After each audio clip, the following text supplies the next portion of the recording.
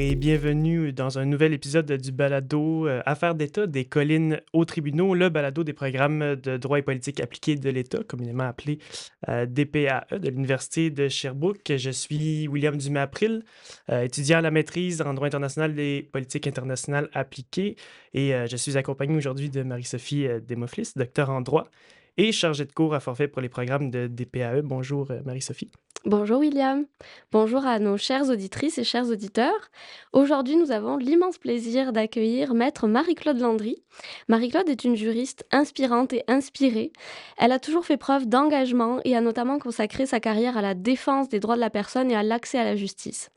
Désormais avocate émérite, elle est toujours très active au sein de la communauté juridique, consultante, conférencière, chargée de cours, professeure superviseur à l'école du barreau et plus récemment professionnelle en résidence à la faculté de droit de l'Université de Sherbrooke.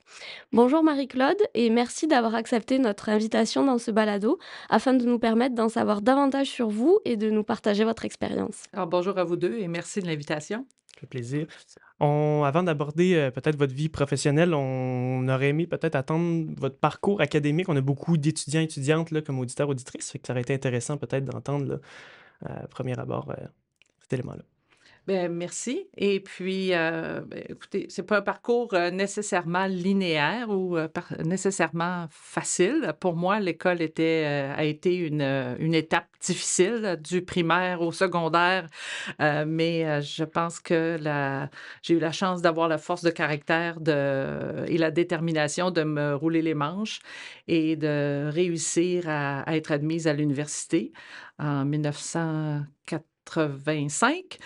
Plus précisément, ça fait longtemps, alors faut que j'y pense 2 minutes et puis, j'ai eu la chance d'étudier ici à la faculté de droit de l'Université de Sherbrooke et d'obtenir ma licence en droit, puis après ça, le barreau en 1989. Donc, je suis graduée de la faculté de droit de l'Université de Sherbrooke en 1988 et pour moi, ben, je pense que c'était une façon de m'outiller pour, être capable de changer les choses parce que ce qui me motivait avant tout depuis mon jeune âge, c'était d'être une actrice de changement, d'être capable de bouger les choses, de changer ce qui devait être, changé ou à tout le moins de contribuer parce qu'on ne fait pas ça seul bien sûr, mais d'avoir, des outils pour me permettre de pousser pour le changement. Merci pour ce partage d'expérience. Alors d'ores et déjà, si vous aviez un conseil à donner à nos étudiants, qu'ils soient en droit ou en sciences politiques, quel serait-il? D'être courageux, d'être déterminé, de ne pas se laisser, décourager, de s'entourer de gens bienveillants, de personnes bienveillantes et personnes bienveillantes, c'est pas des personnes complaisantes. Des personnes bienveillantes, c'est des personnes qui nous poussent à donner le meilleur de nous-mêmes, dans les journées où c'est plus difficile et dans notre parcours. Donc je pense vraiment qu'on a besoin, de de bien s'entourer. C'est ce qui nous permet, de bien avancer. Je pense aussi que, quelque chose qui est important et je pense qu'on ne doit pas sous-estimer et de façon importante maintenant avec l'arrivée de l'intelligence Mmh. artificielle, c'est le développement de nos compétences transversales. Je pense qu'on a besoin, de ce qui est écrit dans les livres, on a besoin d'apprendre de façon académique, mais il y a beaucoup de choses qui ne sont pas écrites dans les livres et je pense qu'on doit apprendre à développer nos compétences d'écoute, d'empathie, de relations humaines, de communication, parce que c'est ce qui va faire la différence entre nous et l'intelligence artificielle. L'intelligence artificielle est capable de nous donner, s par ses algorithmes, des réponses, mais toute la mise en contexte, toute l'empathie nécessaire dans le travail que l'on doit faire, parce qu'on est toujours dans un travail de relations humaines. Peu importe le domaine dans lequel on travaille, que ce soit en droit, que ce soit en médecine, que ce soit professeur, que ce soit dans les organisations, que ce soit avec les collègues ou avec les gens qu'on est là pour servir, on est d'abord en relation humaine et on doit apprendre à mieux communiquer, particulièrement dans un monde qui est, de plus en plus polarisé et où la communication est pas vraiment valorisée. Donc, je vous dirais le courage, la détermination, de croire en soi aussi, la confiance en soi. Puis ça, ben, ça se développe quand on sait bien s'entourer, encore une fois, de gens qui vont nous pousser à donner le meilleur de nous-mêmes, puis à croire en nous aussi. Et c'est difficile parce que beaucoup de choses font en sorte qu'on se remette en question maintenant. Et il y a beaucoup d'informations, mais il y a beaucoup de désinformation.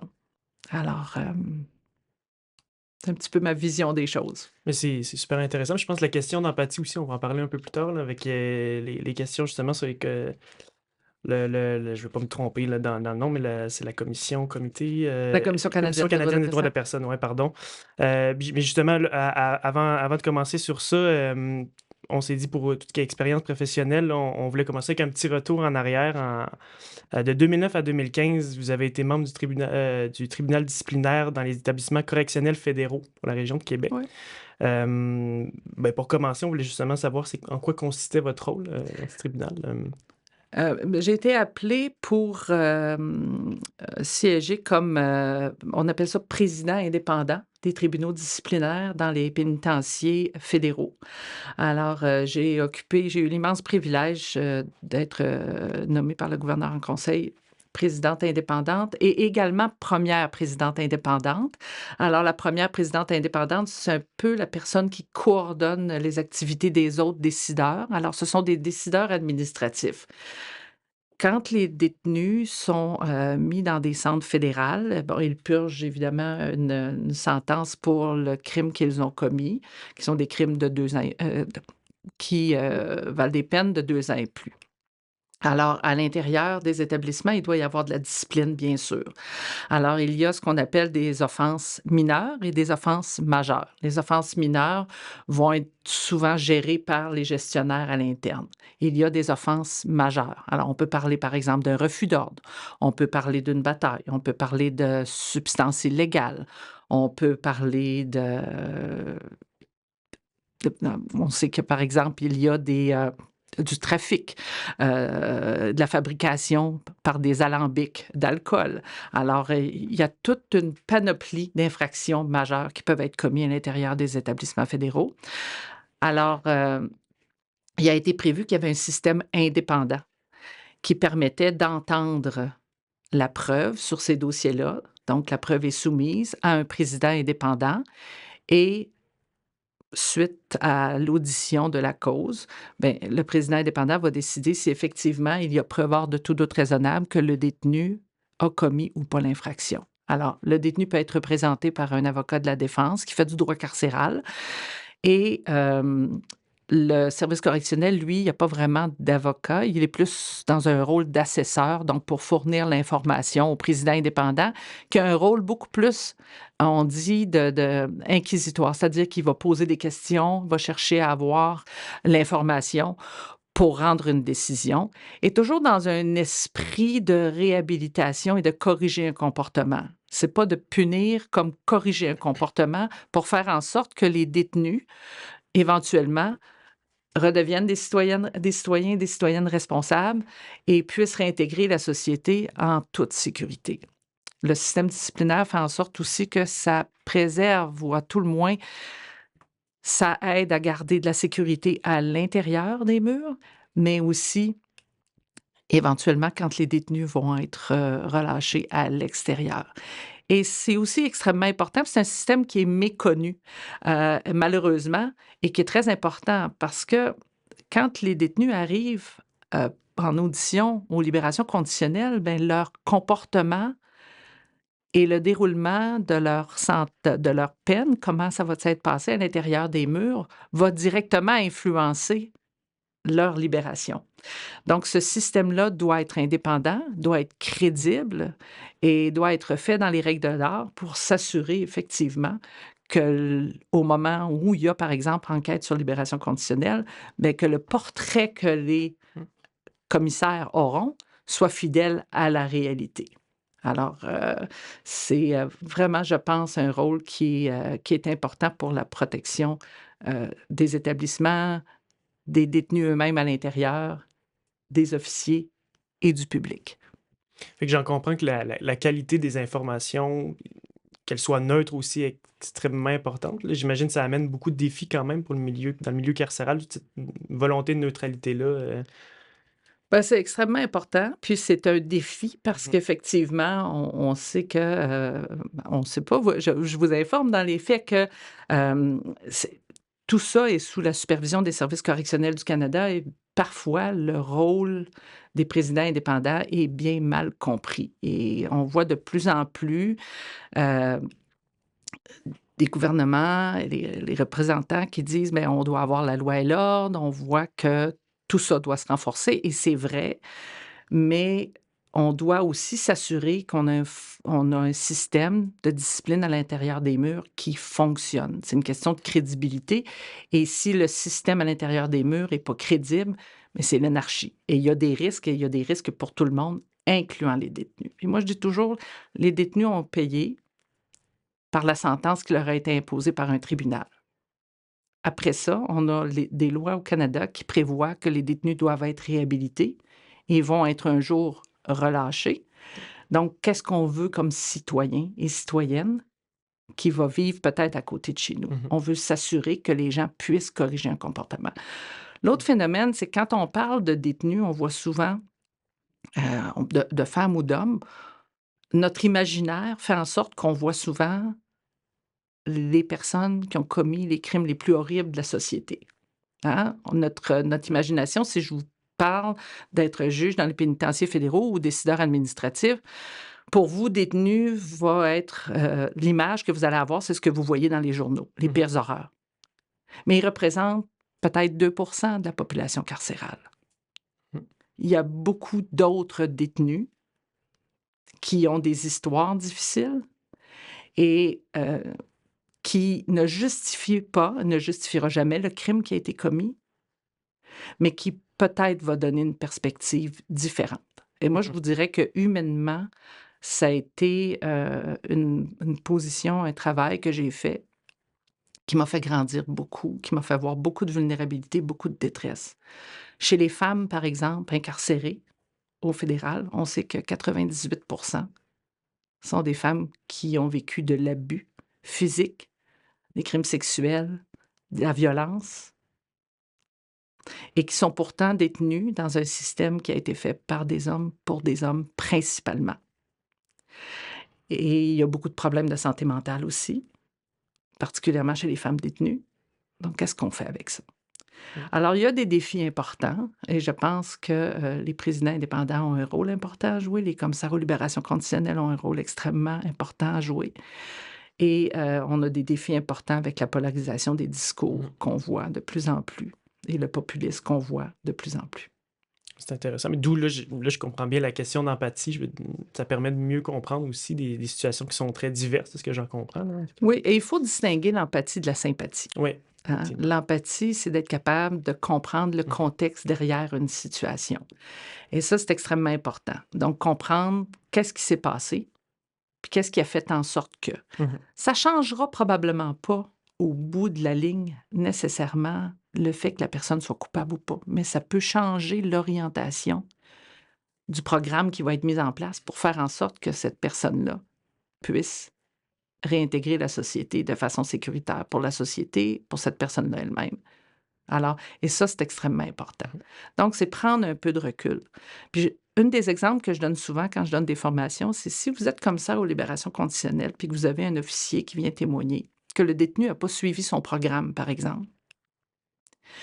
Si vous vous arrêtez seulement qu'à cette information-là, vous allez peut-être manquer quelque chose d'important et Mhm. prendre une décision qui ne tient pas compte d'un contexte important. Si, comme commissaire aux libérations conditionnelles, vous posez la question pourquoi le détenu n'a pas suivi son programme, ça peut être parce qu'il n'a pas voulu le suivre, mais si vous apprenez que c'est parce qu'il a changé 5, 6, 7 fois d'agent de programme, pardon, pendant sa sentence, ça ne changera probablement pas la décision que vous allez prendre au bout de la ligne à l'égard de est-ce que le détenu doit être relâché ou pas. Mais ça va peut-être faire en sorte que vous allez donner des indications claires aux services correctionnels qu'ils doivent s'assurer d'une stabilité pour permettre à cette personne-là de suivre son programme et que ce n'est pas dû à cette personne-là et à de la mauvaise volonté de ne pas le suivre. Je ne sais pas si vous voyez la distinction, mais pour moi, ça, c'est extrêmement important. Donc, je dis souvent, be curious instead of being furious. Soyons curieux, posons des questions, demandons-nous pourquoi, qu'est-ce qu'il y a, c'est quoi le contexte derrière une situation. Maintenant, pour faire un peu le lien avec le DESS en droit et politique appliqué de l'État, qui repose essentiellement là, sur l'interdisciplinarité entre le droit et la politique.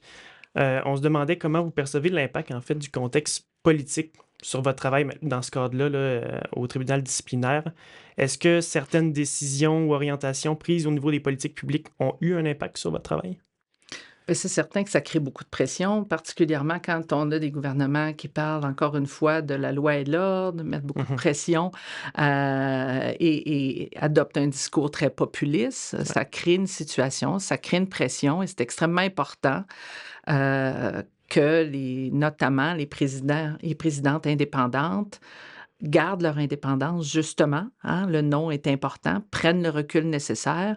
Et c'est pour ça aussi que ces nominations-là doivent idéalement être plus longues que courtes pour pas être à la merci, dans une nomination, d'un gouvernement qui est d'accord ou pas d'accord avec les décisions qu'on rend.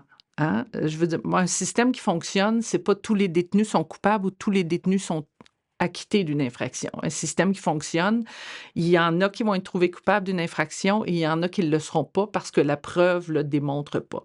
Et on peut pas rendre des décisions par pression politique. Alors ça, c'est extrêmement important. Donc, on doit garder cette indépendance-là, on doit garder le recul et ça fait partie des enjeux. Mhm. Il y a aussi, évidemment, toutes les politiques publiques, les directives, les décrets qui sont adoptés, ce que le service correctionnel doit faire, les modifications législatives qui peuvent avoir un impact important sur notre travail. Par exemple, on sait que les tribunaux ont décidé clairement que des peines d'isolement disciplinaire au-delà de 14 jours, on sait que c'est considéré comme de la torture. Alors, il y a eu des demandes puis des pressions pour que les lois puis les directives, les décrets, les règlements soient modifiés et qu'on n'ait plus ces politiques-là où on met les détenus en isolement disciplinaire avec 23 heures sur 24 en cellule pendant une période qui devient, par définition, à cause de la longueur de la période, de la torture. Alors, le gouvernement a modifié ses politiques, ils ont changé les unités, les façons de faire. Donc, évidemment, ça a un impact sur notre travail comme président indépendant parce que les sentences d'isolement, par exemple, vont devoir être modifiées aussi. Alors, donc, ça fait une différence. Ouais, c'est intéressant. Merci pour toutes ces précisions sur le tribunal disciplinaire, parce que je pense que c'est assez méconnu. Mhm. Donc, c'est une bonne chose de pouvoir un petit peu donner des connaissances sur tout ce fonctionnement-là à la Oui, population en général. et c'est des opportunités aussi qui existent pour notamment c'est pas seulement des avocats, il y a beaucoup d'avocats et d'avocates qui agissent comme présidents ou présidentes indépendantes des tribunaux disciplinaires, mais je pense que c'est important que les futurs juristes ou les étudiants de droit et politique appliquée puissent savoir que ces opportunités-là existent, puis quand ils comprennent le contexte, puis pourquoi, puis la raison d'être, puis les objectifs, mais c'est des belles opportunités éventuellement. Puis j'en profite pour indiquer que, alors j'ai plus la date en tête, février me semble-t-il, vous allez donner une conférence sur les biais cognitifs, puis je pense que ça rentre un peu aussi dans ce cadre-là. Oui. Ce sera à la faculté de droit, peut-être qu'on pourrait donner les détails de la conférence? Oui. C'est quelle date? Je vais vous donner la date un petit peu plus tard. Je m'excuse, là, j'ai un plan de mémoire. Je pense que c'est le 19 février, mais je vais vous reconfirmer. D'accord, parce que ça peut être intéressant de manière générale pour les étudiants de comprendre en quoi dans leur futur travail on peut avoir des biais, notamment quand on est dans ce genre de situation, et réussir à les déconstruire même en amont quand on est déjà dans les études. Oui, puis comme je dis souvent, je reprends les propos de Rachel Zellers et de d'autres chercheurs connus. Si vous avez un cerveau, vous avez nécessairement des biais.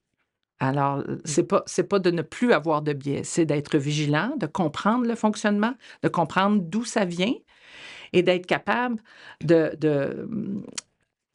d'avoir le recul nécessaire quand on analyse une situation, quand on analyse un dossier, quand on entre en relation avec une personne, de comprendre que notre bagage culturel, notre éducation peut jouer un rôle sur la façon dont on va interpréter quelque chose. Donc, quand on réussit à avoir ce recul-là nécessaire, cette vigilance-là, mais nos décisions sont meilleures, qu'elles soient des décisions au niveau judiciaire, que ce soit au niveau des relations humaines en entreprise, que ce soit avec nos collègues de travail, que ce soit comme professeur avec nos étudiants. Si on comprend le contexte d'une personne, on rend nécessairement de meilleures décisions. On ne peut pas avoir un moule et tout le monde dans le même moule. Chacun a sa réalité, chacun a son bagage. Et au-delà des étiquettes que la société appose sur une personne, par exemple, on voit une personne en situation de handicap, c'est une personne handicapée, mais c'est une personne en situation de handicap, oui, mais il y a d'autres choses aussi. Alors, quand on comprend ce contexte-là, mais tous nos gestes, toutes nos décisions, toute notre analyse de ce qui se passe est beaucoup plus juste à l'égard de cette personne-là. Alors en parlant des personnes vulnérables de manière plus générale, j'aimerais peut-être aborder la question de la Commission canadienne des droits de la personne. En 2015, vous avez été nommé par Peter MacKay, alors ministre de la Justice et procureur général du Canada. Donc vous avez été nommée présidente de la Commission canadienne des droits de la personne pour un mandat de 7 ans. L'année 2019, me semble-t-il, a été quand même une année particulièrement importante pour la commission parce que elle s'est vue confier des nouvelles responsabilités en vertu de 3 nouvelles lois: la loi sur l'équité salariale, la loi sur la stratégie nationale sur le logement et la loi canadienne sur l'accessibilité. Alors j'ai 2 questions. La première, c'est, quel est le rôle que la commission a joué dans l'adoption de ces 3 lois? Et la seconde, ce serait plus aujourd'hui, donc plus de 5 ans après leur adoption, selon vous, quel est le bilan qu'on peut tirer de la mise en œuvre de ces lois et de leur impact? Bien, merci, c'est des questions intéressantes. Donc oui, effectivement, j'ai eu l'immense privilège d'être nommée présidente de la Commission canadienne en 2015 et vraiment, il y a eu un travail colossal qui a été fait. Au moment où je suis arrivée, si je peux faire un peu d'histoire parce que je pense que c'est important. Oui, bien sûr. L'objectif pour moi, quand je suis arrivée comme présidente de la Commission canadienne des droits de la personne, c'était de connecter avec la population. C'était la première chose qu'on devait faire. On avait eu quand même la Commission canadienne était sous une gouvernance intérim depuis plusieurs années au moment où je suis arrivée et on sait très bien que quand quelqu'un est là par intérim, il est aussi sur un siège éjectable. Et ça crée des enjeux importants quant à l'indépendance, quant à la capacité de cette personne-là en intérim de bâtir des relations solides et à long terme et d'avoir une vision à long terme. Et c'est pas la personne qui est dans cette position-là qui est responsable, mais beaucoup plus le fait qu'elle soit dans une position intérimaire où on ne sait jamais du jour au lendemain si on va être encore là demain.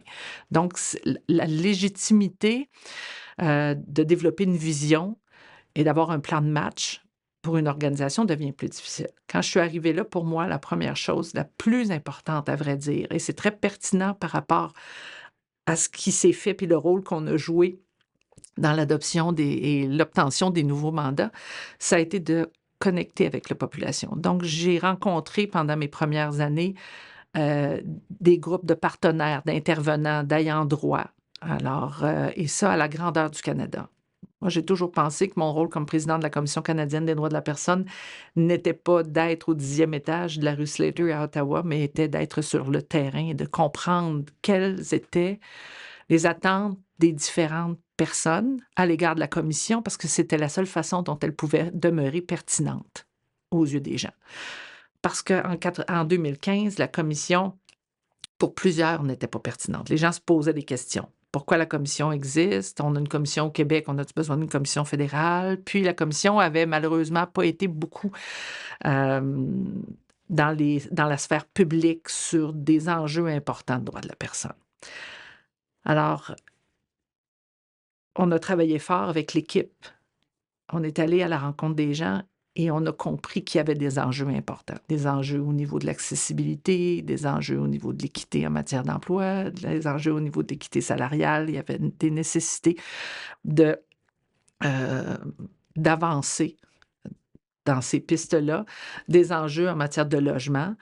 Et la commission, non seulement par ses experts en développement de politique, a fait bénéficier son expertise, a bénéficié a offert plutôt, pardonnez-moi, son expertise au gouvernement, a témoigné dans différents comités, mais aussi fait des alliances avec différents ayants droit, différents groupes qui donnaient voix aux gens qui avaient des besoins pour être capable de pousser sur ces enjeux-là et amener le gouvernement à adopter des modifications législatives dans certains cas, des nouvelles lois dans certains cas.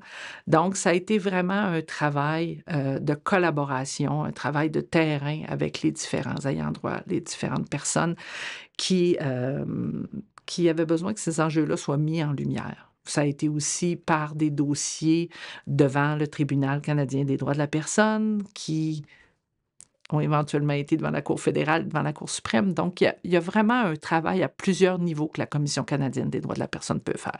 C'est un travail de sensibilisation, un travail d'éducation, un travail, en anglais, on dit outreach, donc d'aller créer des liens avec les différents partenaires et tout le travail de protection. Donc, par les plaintes, les gens qui sont très courageux. Quand on dépose une plainte en matière de discrimination, croyez-moi, ça prend énormément de courage parce que c'est difficile.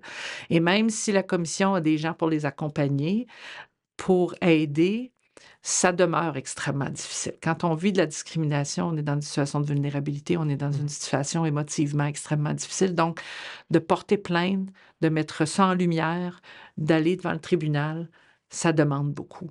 Donc, dites-vous que derrière chaque motif, chaque modification législative, chaque chose qui s'est faite, il y a des gens courageux qui ont pris la parole, qui se sont levés, qui ont été entourés parfois de gens bienveillants qui les ont aidés à porter ça et qui ont réussi à faire une différence.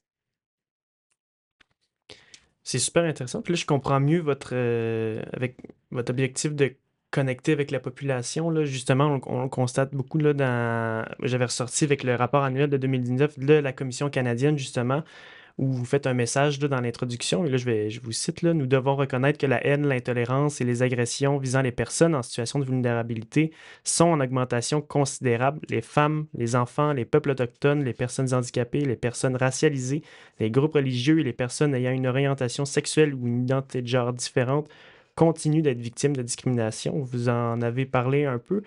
Ce qui m'amène à poser la question, c'est encore un discours en fait d'actualité énormément. Jamais. Plus que jamais, justement. Puis on traverse même une période, je dirais, instable où on constate des fois un recul en matière de droit. Donc, ce qui m'amène là, d'après votre expérience, quels sont les leviers juridiques que le Canada peut mobiliser pour protéger davantage ces personnes, sachant en plus qu'on constate ce recul-là, je veux dire, tout près de nous, là, on le voit notamment aux États-Unis. Là, donc, c'est ma question. C'est une question intéressante qui a beaucoup d'aspects. Il y a des leviers juridiques, mais il y a aussi autre chose que des leviers juridiques. Et je pense qu'on est à la croisée des chemins. On a des défis extrêmement importants. Et Simone de Beauvoir disait que ça prendrait une crise économique, hein, culturelle, politique, pour que le droit des femmes, qu'ils ont mis 30 ans à acquérir, disparaisse.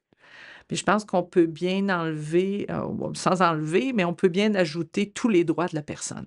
On est dans une situation où les droits de la communauté LGBTQ, des femmes, des personnes en situation de handicap, des personnes immigrantes, etc., tous les droits sont à risque de reculer aujourd'hui, plus que jamais. Et je pense qu'on doit avoir une très grande vigilance. On a évidemment un système législatif, on a des mécanismes, là, on parle de la Charte canadienne, hein, qui est un mécanisme important, mais qui est coûteux. C'est un mécanisme contre l'État, donc, mais qui est très coûteux. Qui a les moyens d'aller faire un débat de charte devant les tribunaux? On a les mécaniques de protection des droits de la personne, comme la Commission canadienne des droits de la personne, la Commission du Québec, qui permettent, dans des situations de discrimination ou de harcèlement, de porter plainte. Alors, mais ça prend énormément de courage dans un système qui est parfois encore beaucoup trop lourd, difficile et pas toujours facilement accessible. Et ça m'amène à parler d'accès à la justice, parce que quand on parle de mécanique, hein, de protection, juridique, on parle d'accès à la justice. Et trop souvent, les gens pensent que l'accès à la justice, c'est une journée au tribunal. Et l'accès à la justice, c'est beaucoup plus que ça. L'accès à la justice, c'est la capacité pour une personne de comprendre un système, de le connaître d'abord, de savoir qu'il existe, hein, et d'être capable de se projeter à un point où il dit: «Moi, ça peut fonctionner pour moi. Je peux faire valoir mes droits là-dedans. Donc je peux le comprendre, je peux l'utiliser et je peux faire valoir mes droits». Et trop peu de gens encore aujourd'hui sont capables de faire ça.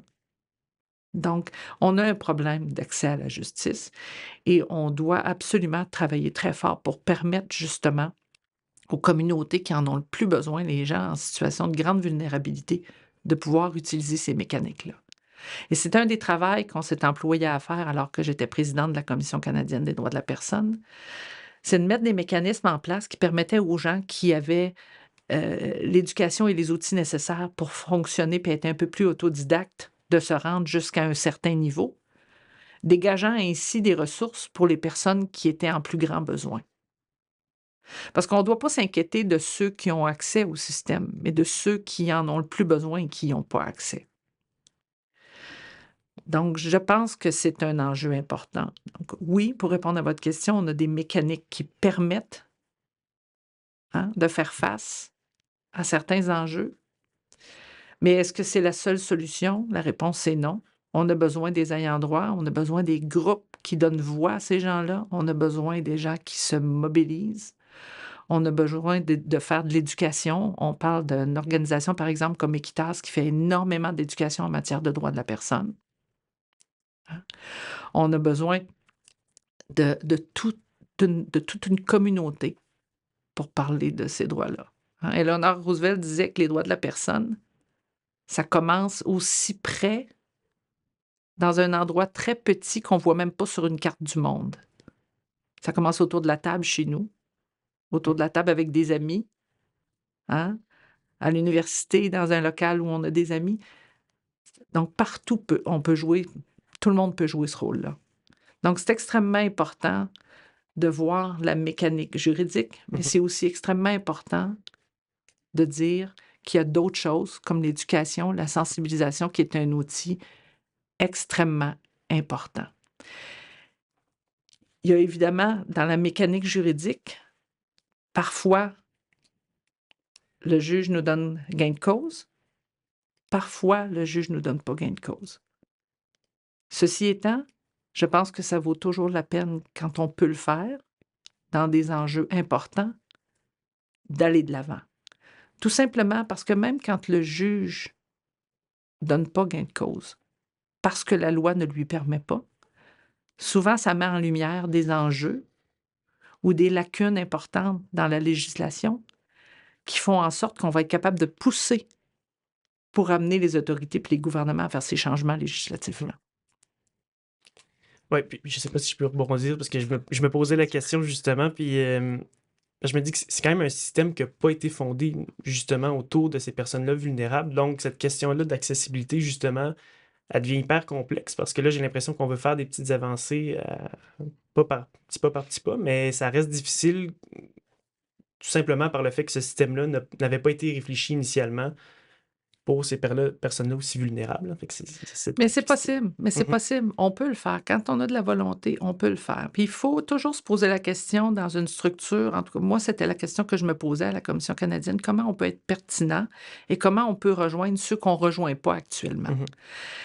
Et ce qu'il faut, c'est enlever les barrières d'accessibilité et enlever la structurite. Puis il y a beaucoup trop d'étapes, ça devient extrêmement difficile. Et pour moi, c'est pas normal. Et là, je ne parle pas seulement de la Commission canadienne. La Commission canadienne a fait un bon travail à ce niveau-là, je pense.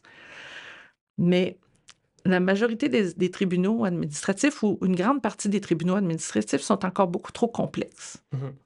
Parfois, c'est plus difficile de naviguer là que de naviguer devant les tribunaux de droit commun. C'est pas normal. Les tribunaux administratifs ont été mis en place pour des accès rapides, pour permettre aux gens de pouvoir fonctionner avancer dans leur dossier, faire valoir leurs droits à moindre coût. Et c'est ça qu'on doit viser. Mais comme je disais, l'accessibilité à la justice, c'est beaucoup plus large que ça. On peut travailler avec Pro Bono étudiant, Pro Bono Québec, Pro Bono Canada. On peut développer des outils. Par exemple, à la Commission canadienne, alors que j'étais présidente, on a développé une alliance avec les centres d'amitié autochtones et Pro Bono étudiants Canada. Et l'objectif était d'avoir ce qu'on appelait en anglais des walking clinics, donc des cliniques où les gens peuvent arrêter, les gens vivant dans les communautés autochtones peuvent arrêter dans les centres d'amitié autochtones. Il y a des étudiants pro bono, étudiants en droit pro bono Canada, qui sont sous la supervision d'avocats d'expérience et qui peuvent donner de l'information non seulement dans la langue, mais dans un contexte que ces personnes-là, dans le besoin, comprennent. Et ça, c'est un modèle qui peut être répété partout. On a ici, à l'Université de Sherbrooke, à la Faculté de droit, la Clé de Vaudois. On a la clinique entrepreneuriale. On a des gens, des étudiants qui font des projets. Tout ça, pour moi, c'est une clé à l'accessibilité à la justice. Je pense que cet épisode de balado en sera certainement une également. J'espère. J'espère. J'espère qu'elle sera utile à ce niveau-là, mais aussi à motiver les gens à s'impliquer dans leur communauté, parce qu'on peut faire une différence. Quand vous avez une éducation, quand vous avez le privilège d'être à l'université, puis privilège, c'est pas une question d'argent, c'est une question d'être juste assis à l'université puis de pouvoir étudier. Je pense que ça vient avec le devoir de faire quelque chose. J'en parlais récemment, d'ailleurs, alors, on avait un gala il y a quelques semaines. Mérite étudiant, oui. C'est ça. Donc, si vous mettez à l'œuvre les outils que vous avez d'apprentissage, vos connaissances, au service de l'autre, mais nécessairement, vous l'accompagnez dans une démarche d'accessibilité. Alors, j'adresserai juste à cet instant un mot aux auditrices, aux éditeurs. Je vous disais au début que Marie-Claude était une juriste inspirante. Je pense qu'elle vient de nous le prouver. Alors, derrière tout ça, le cœur du sujet, c'est vraiment la protection des droits des personnes, et particulièrement des personnes vulnérables. Et j'aimerais peut-être ramener ce sujet-là à l'actualité québécoise. Oui, il y a du travail à faire. Le gouvernement a déposé début octobre dernier un projet de loi numéro 1 qui a pour objectif d'établir notamment une constitution pour le Québec. Si ce projet de loi était adopté, se pose la question de savoir qu'est-ce qu'il en serait de la protection des droits et libertés de ces personnes, et je pense particulièrement aux femmes. Il y a tellement à dire, mais je pense que au Québec, actuellement, on s'entend tous qu'une constitution peut être bénéfique. Mais une constitution, c'est quelque chose de fondamental. C'est l'âme d'une société, c'est l'âme d'un peuple. Et je pense que ça ne peut pas être fait à la hâte, ça ne peut pas être fait en catimini, et ça ne peut pas être fait de façon unilatérale. On a besoin d'un consensus social. On a besoin de gens qui peuvent discuter, communiquer dans le respect sur les éléments importants qui devraient se retrouver dans une constitution. On ne devrait pas éroder les droits, mais les protéger. Et actuellement, ce qui est le plus préoccupant, à travers bien d'autres choses, mais ce qui est préoccupant, c'est qu'on a une situation où le gouvernement n'écoute pas les experts, n'écoute pas personne. Parlons du droit des femmes. Les organisations sont unanimes que ce droit-là est déjà protégé au Québec et au Canada, et que de l'enchasser de la façon dont on veut actuellement le faire, en excluant la personne qui parle, bien sûr, le gouvernement veut le faire, mais à risque cette protection-là pour les femmes. Alors moi, j'ai beaucoup de difficultés avec ça, particulièrement d'un gouvernement qui est en fin de mandat et possiblement en fin de règne aussi, mais ça, les élections le diront l'année prochaine. Mais particulièrement un gouvernement aussi qui n'a pas été élu sur une plateforme comme ça, très claire, sur cette volonté-là, avec ce qu'on voulait y insérer. Alors pour moi, ça, c'est un enjeu extrêmement important. on veut aussi, de façon pour moi assez évidente, mettre à néant tous les contre-pouvoirs. L'attitude qui a été adoptée en commission à l'égard des institutions publiques comme le barreau est hautement préoccupante. Alors pour moi, ça m'inquiète beaucoup. Comme femme, comme mère, comme citoyenne, comme grand-mère, comme grand-mère, comme mère d'une fille racisée, comme grand-mère d'un petit-fils d'héritage mixte, haïtien et mexicain. Je suis extrêmement inquiète de voir tout ce qui se fait actuellement, la montée du populisme, les mesures radicales, le discours divisif, le nous contre le vous. C'est plus... On devrait avoir des leaders qui parlent du nous. Qu'est-ce qu'on peut faire ensemble comme société? Qu'est-ce qu'on peut avoir comme conversation pour mieux avancer? Comprendre que on peut pas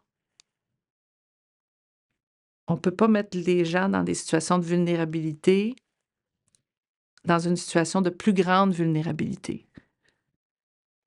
Quand on dit on veut pas museler les gens, on veut pas les empêcher de faire valoir leurs droits, on a parlé il y a quelques minutes de l'accessibilité à de la justice. Qui est capable aujourd'hui de payer un avocat pour faire valoir des droits dans un débat de charte ou dans un débat aussi important?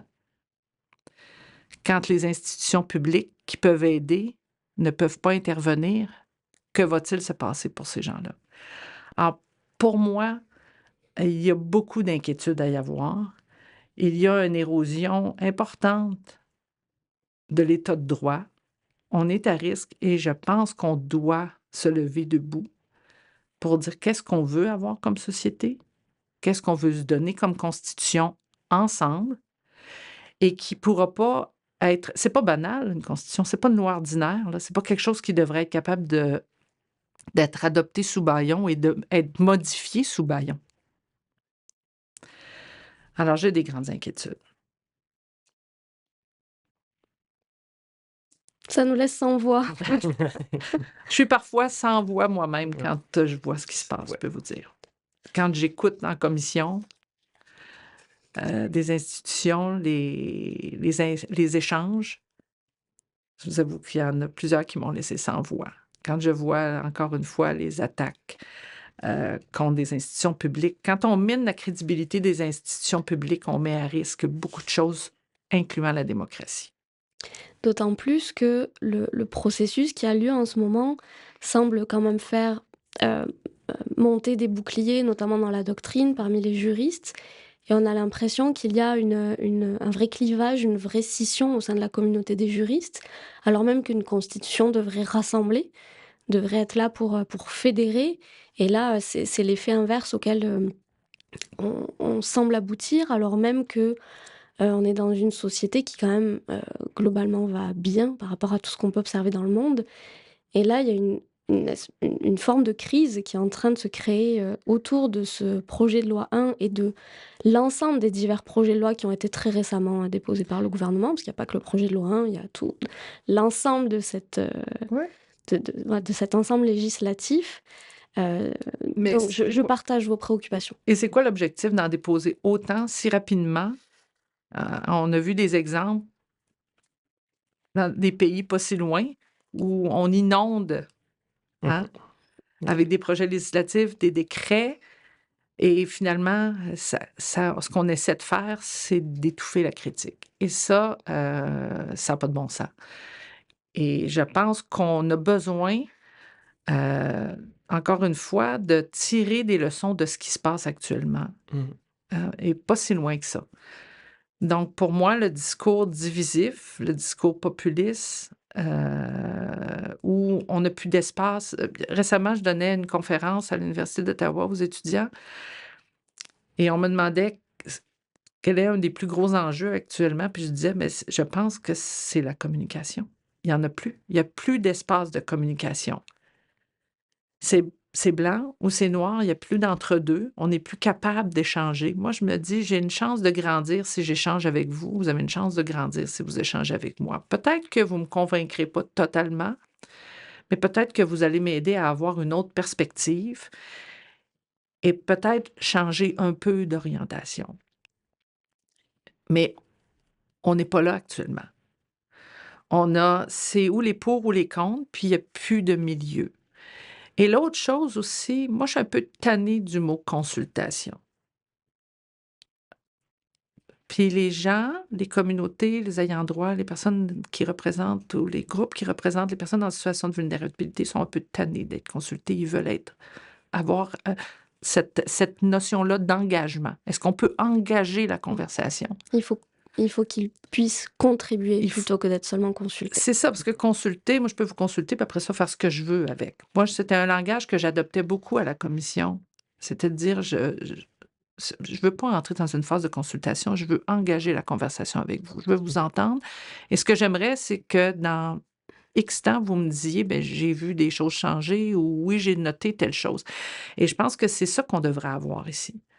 Des gens qui sont prêts à engager la conversation. Comment on peut penser mettre en place des comités qui vont se prononcer sur des enjeux alors que les gens directement visés par les enjeux ne sont pas sur ces comités-là? Ça n'a pas de bon sens. Il y a une expression que les personnes en situation de handicap, les regroupements qui représentent les personnes en situation d'handicap utilisaient beaucoup quand j'étais à Ottawa, c'était « Nothing about us without us ». Rien à notre sujet sans nous. Ça n'a pas de bon sens. Et l'autre chose qui me préoccupe et qui me fatigue, je suis fatiguée de ça, c'est cette attitude paternaliste-là. Je suis tannée de me faire dire ce qui est bon pour moi. J'ai pas le goût de me faire dire ce qui est bon pour moi. Pas par le gouvernement. J'ai pas le goût de me faire dire non plus que je suis moins québécoise parce que j'ai pas les mêmes orientations, que je partage pas nécessairement toutes les mêmes idées. J'ai pas le goût de me faire dire que mon petit-fils, parce qu'il est racisé, mais qui est né ici, est pas aussi québécois que telle autre personne. Alors ça, je suis un peu fatiguée de ça, puis je pense qu'on a besoin de gens qui vont venir avec un discours qui est différent, qui va unifier, qui va mobiliser, qui va rassembler. On a besoin d'un vent de fraîcheur à tous les niveaux, parce qu'on voit actuellement ce qui se passe. On le voit aux États-Unis, on le voit en Europe, on le voit un peu partout. Je pense qu'on est à la croisée des chemins.